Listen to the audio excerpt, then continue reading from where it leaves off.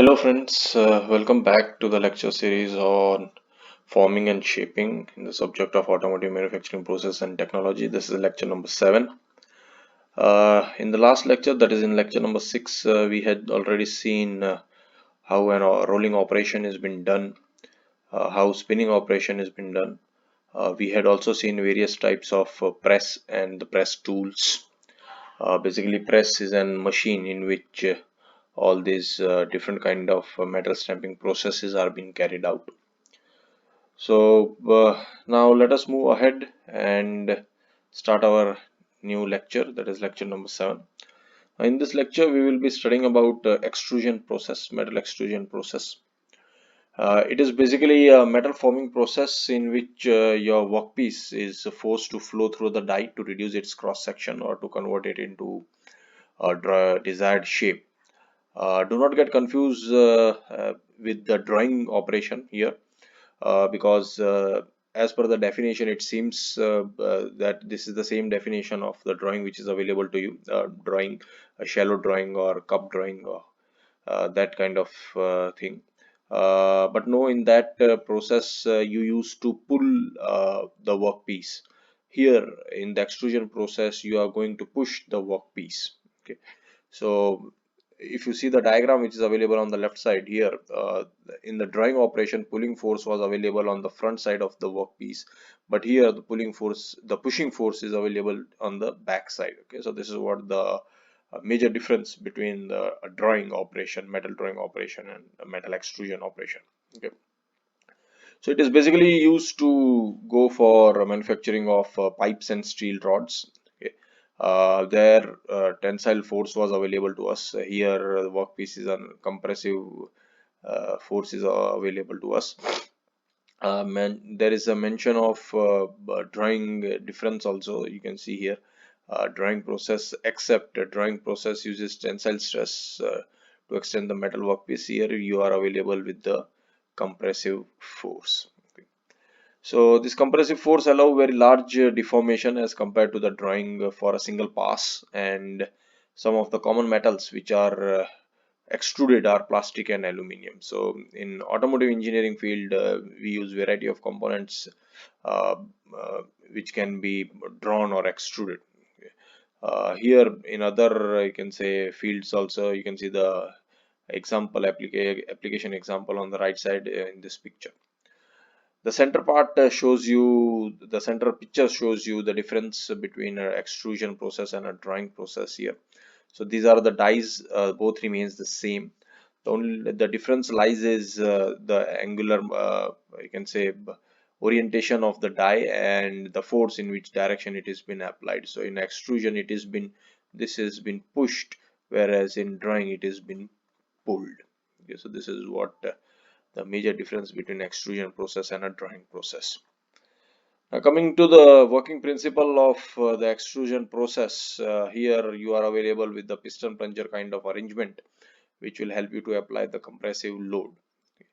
So there will be a billet or the ingot will be available to us, okay, as a raw product, and that will be heated if you are going for a hot extrusion kind of process, and then it will be you can say put in your extrusion press, okay, in which it will be pushed by the this kind of piston. Okay, so here you can see this is the aluminum bar, and this is where the pressing tool is there. This is the punch.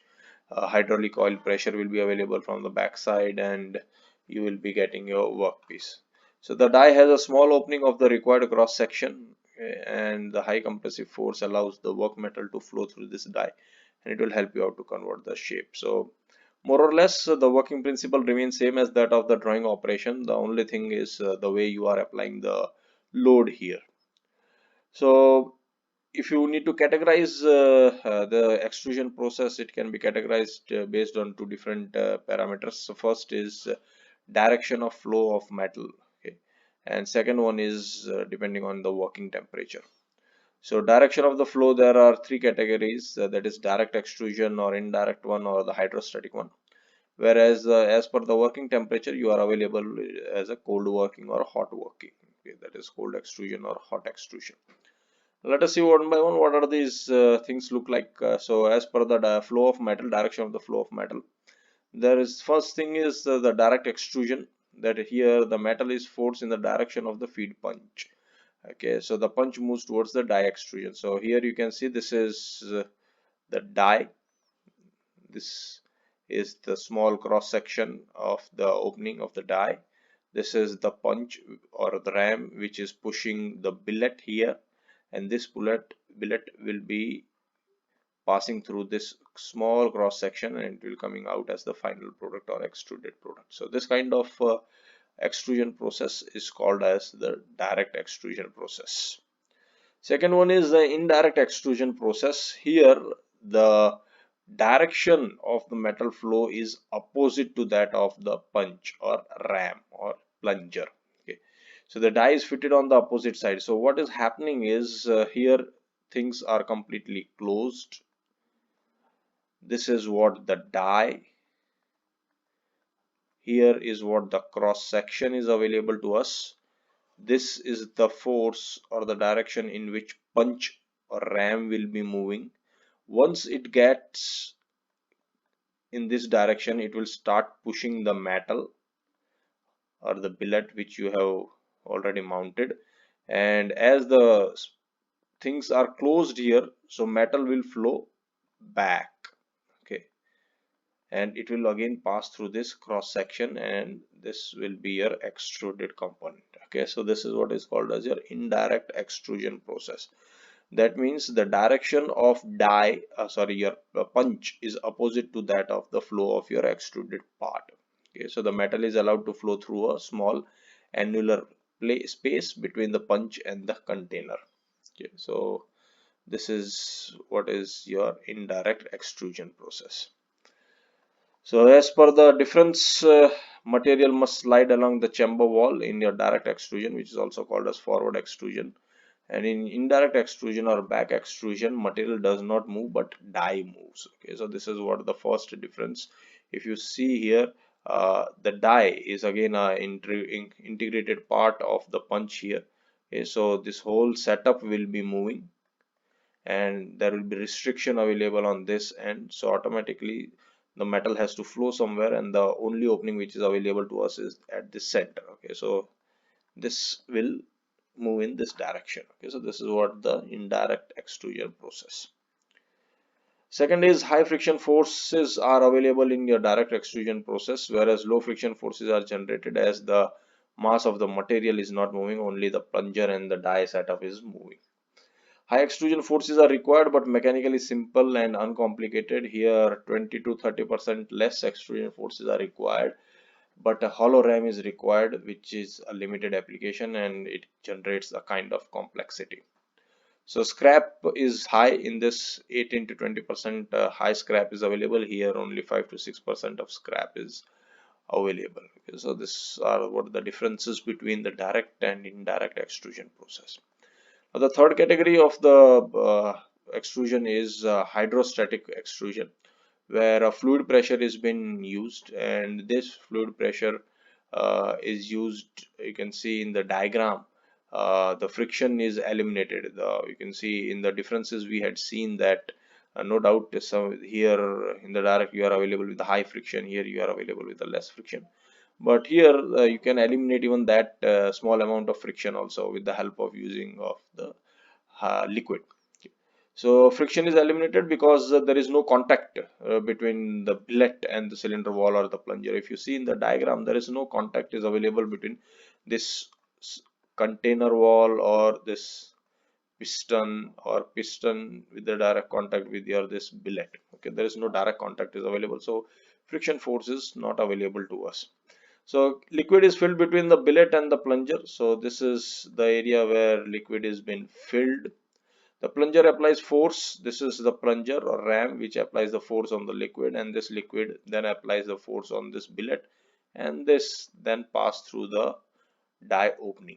Okay, so you can use vegetable oils there. If not, there are some other chemicals are being added so that it improves the cooling, or you can say lubrication properties of this thing. So okay, Yes, as the hydrostatic, I can say liquid or force is available to us, or a liquid is there, so there are chances that leakage problem may be unavailable to, will be available to us. Okay, so this leakage, if any kind of leakage is there, then the pressure will be gone, and you can understand that we will not get the proper extruded part. Okay, so this is what is a hydrostatic extrusion process. So there are three extrusion process under the direction of flow of metal category. First is direct extrusion, second is indirect extrusion, and third one is a hydrostatic extrusion process. Now, as per the category of working temperature, you are available with the two major categories. First is hot extrusion, and second one is the cold extrusion. In a hot extrusion, the only difference is you need to use recrystallization temperature. Okay, your metal, your workpiece, your specimen will be above the recrystallization temperature. That is about 50 to 60% of its melting temperature. Okay, so you will be working out at that high temperature. Okay, you can use the method direct extrusion or indirect extrusion. Okay, that depends on you, but that depends on the application which you require uh, for your specimen. But this is totally different. In that case, whether you need to select a hot extrusion or cold extrusion, that is again a different case. So low force will be required as compared to the cold working process, and the product is free from strain hardening. Okay, so now we hope you understand what is strain hardening. Okay. Disadvantages: low surface finish is there because the scale formation or markings may be available to you. Die wear will be high, and the maintenance cost will be high. The reason is now the temperature is more, so you just can't directly hold it with your hands. Okay, so robotic arms, that too very specific robotic arms are required which can sustain the high temperatures. Next is your cold extrusion that takes place below the recrystallization temperature, or you can say at the room temperature.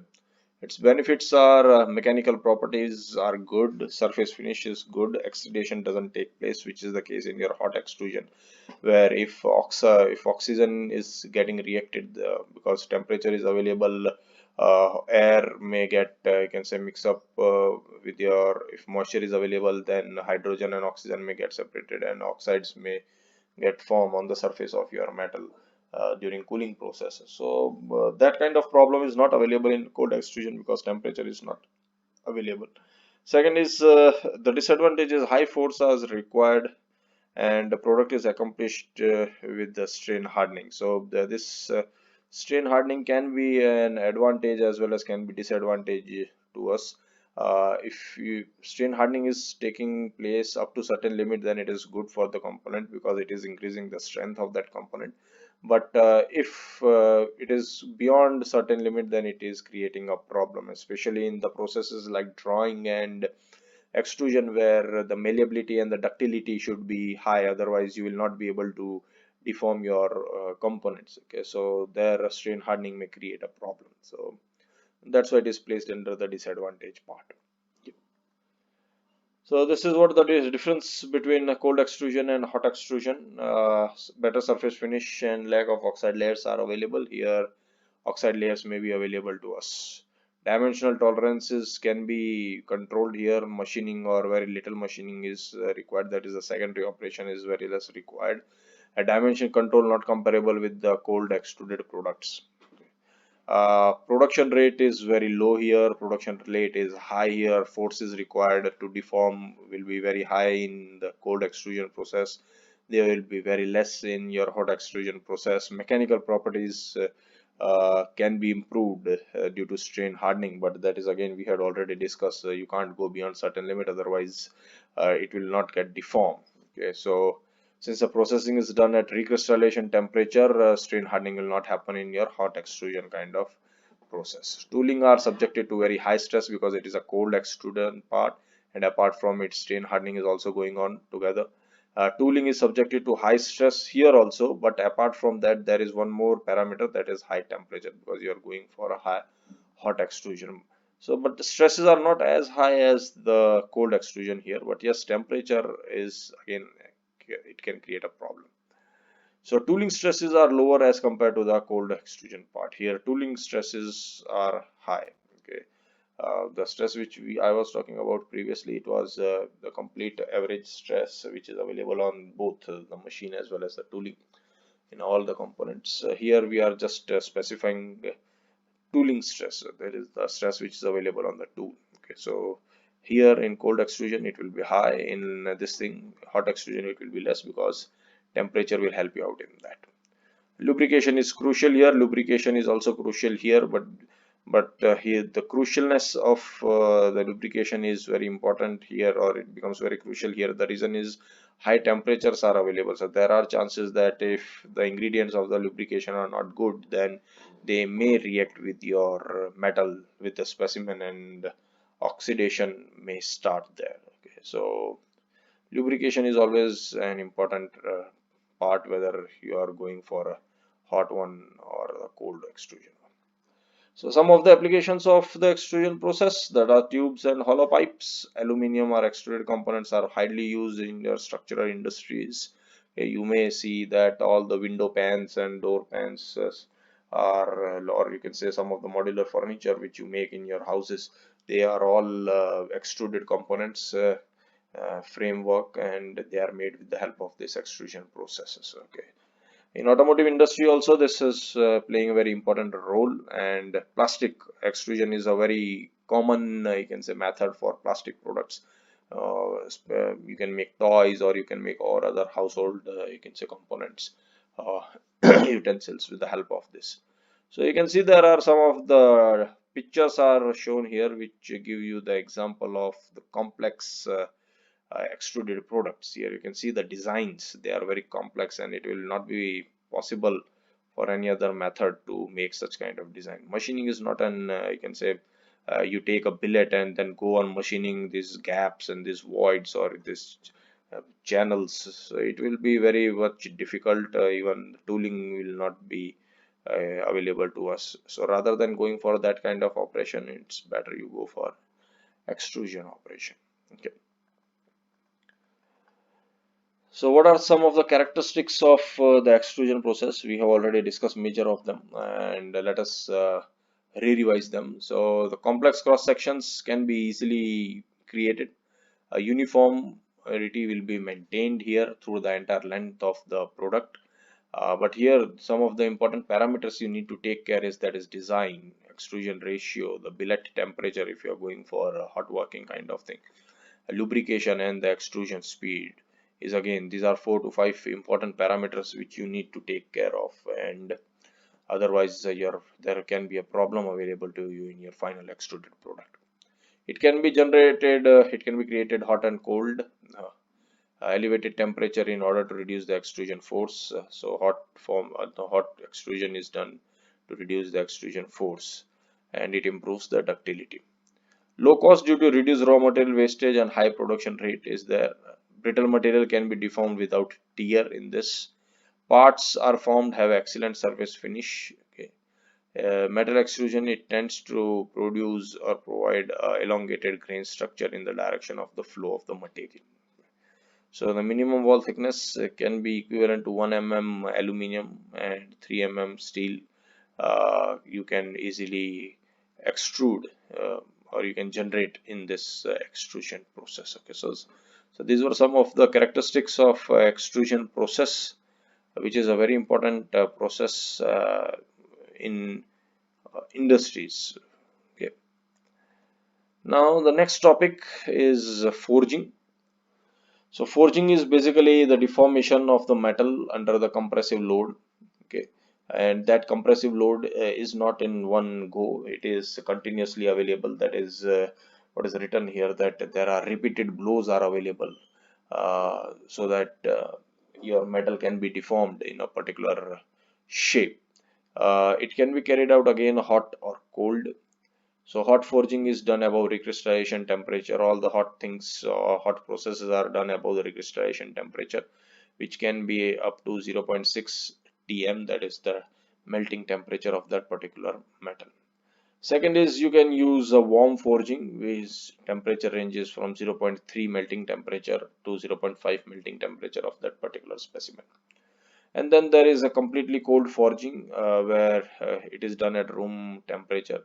and it provides good surface finish, high strength, and greater accuracy with respect to the that this means this thing is because of the strain hardening kind of processes.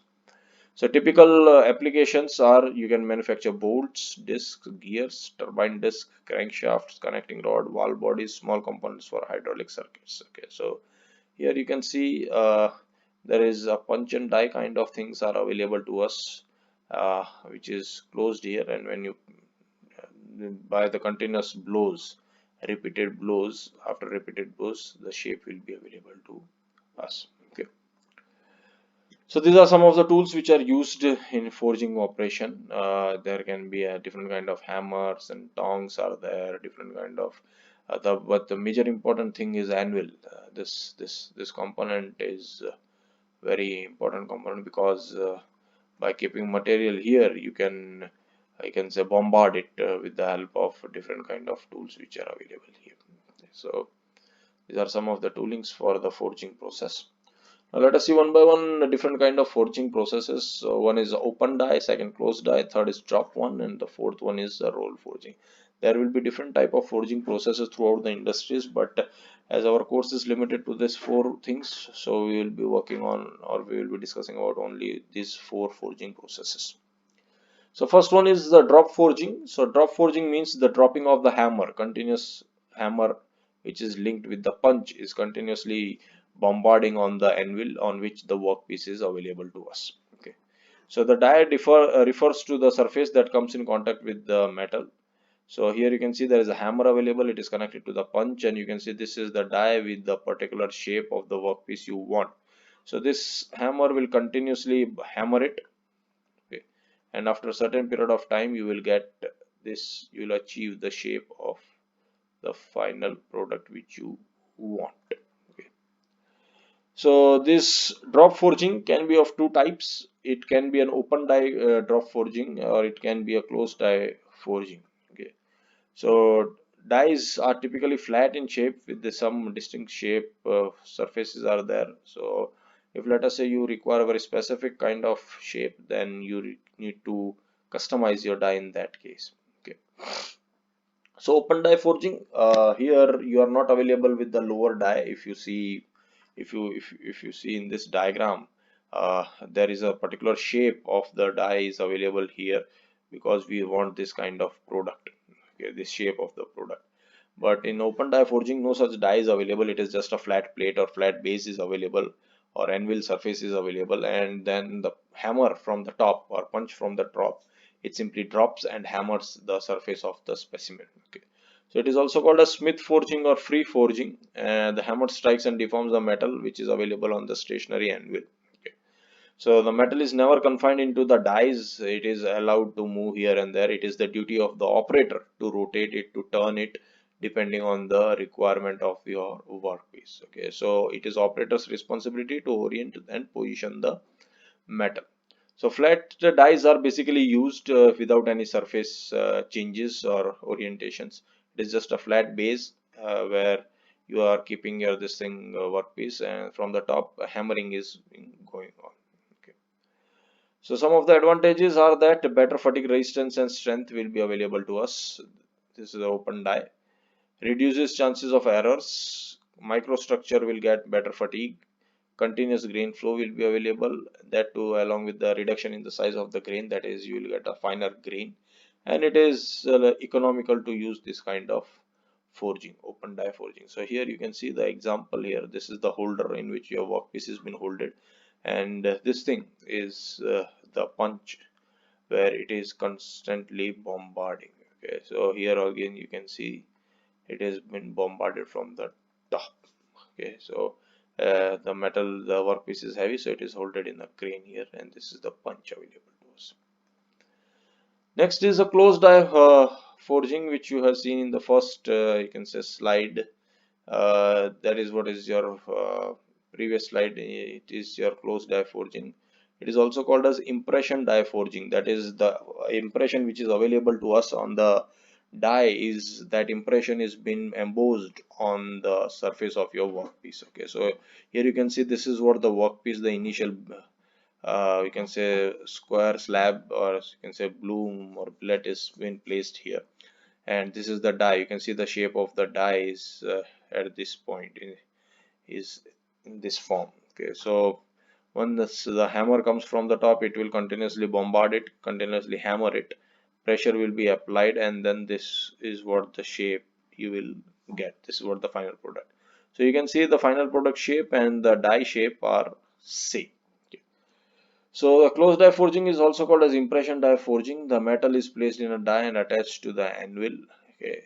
So the metal has been heated up to the malleable temperature so that you can easily, you can say, flowability will be good within the die corners. And the hammer is dropped onto the metal, causing the flow and fill of the die cavities. Okay. So the hammer is to be timed out into the contact with the metal in the quick succession of the scales of milliseconds. So every millisecond there will be a contact of the hammer with your workpiece. Then and only then the malleability will help you out, and it will reach, the metal will reach to the corners of the die. So excess metal is pushed out of the die cavities, which is called as the flesh. So the flesh cools faster than the rest of the material, making it stronger than the metal in the die. Okay. So after forging, that flesh has to be removed because it is of no use. So advantages of closed die forging is that you can produce parts up to 25 tons. So the capacity here is more as compared to the open die forging. Produces near net shapes, okay, which is very small in number. Finishing is also good, economic for very heavy production, tighter gain formation. Okay, but the thing is, if let us say the workpiece shape changes, then you need to change the die. Okay, so that can be a costly matter here. So this is what is a closed die forging diagram. This is the die of the top. This is the bottom die. This is the workpiece which is kept here. It has been pressurized here, and it will take the shape of this thing. Okay, so same thing is happening here. So this is what the die empty space of which we need to create the shape. Okay. The last category will be your roll forging. Okay. Roll forging is similar to the rolling operation, but in rolling operation all the rolls which were available to us are flat rolls. Here you are available with the 2 or 4 semi-cylindrical or cylindrical holes. Rolls are there, and they will help you out to roll it.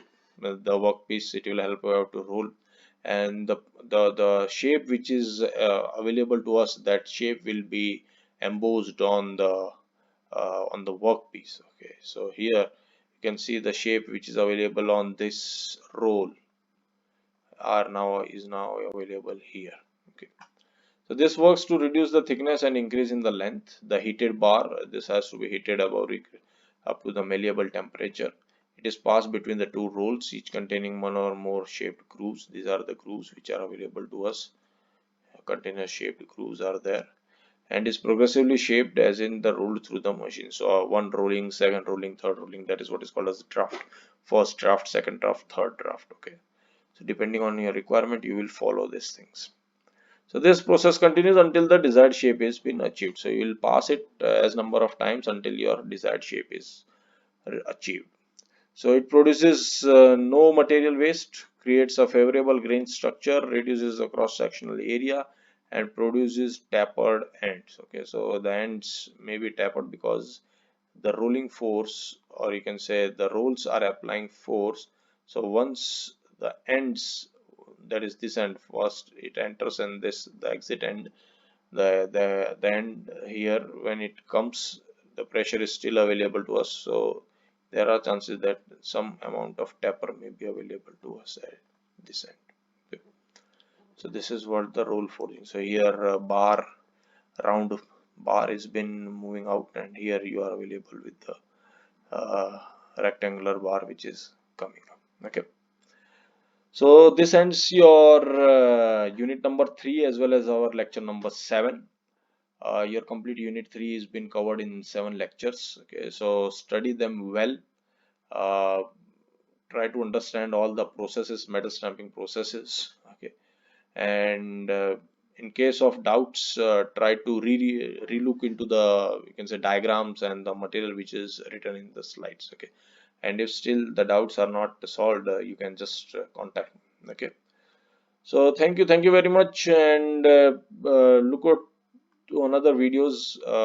If you want any other videos, you can just message me. I will provide you some other videos also.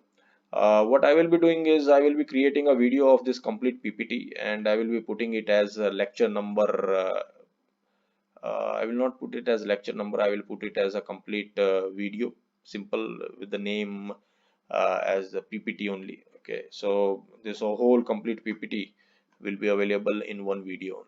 Okay, but that will be without any kind of audio. So to understand that PPT, you can understand all these lectures, and then you can re-revise it, or you can revise it with the help of that video. Okay, so thank you very much.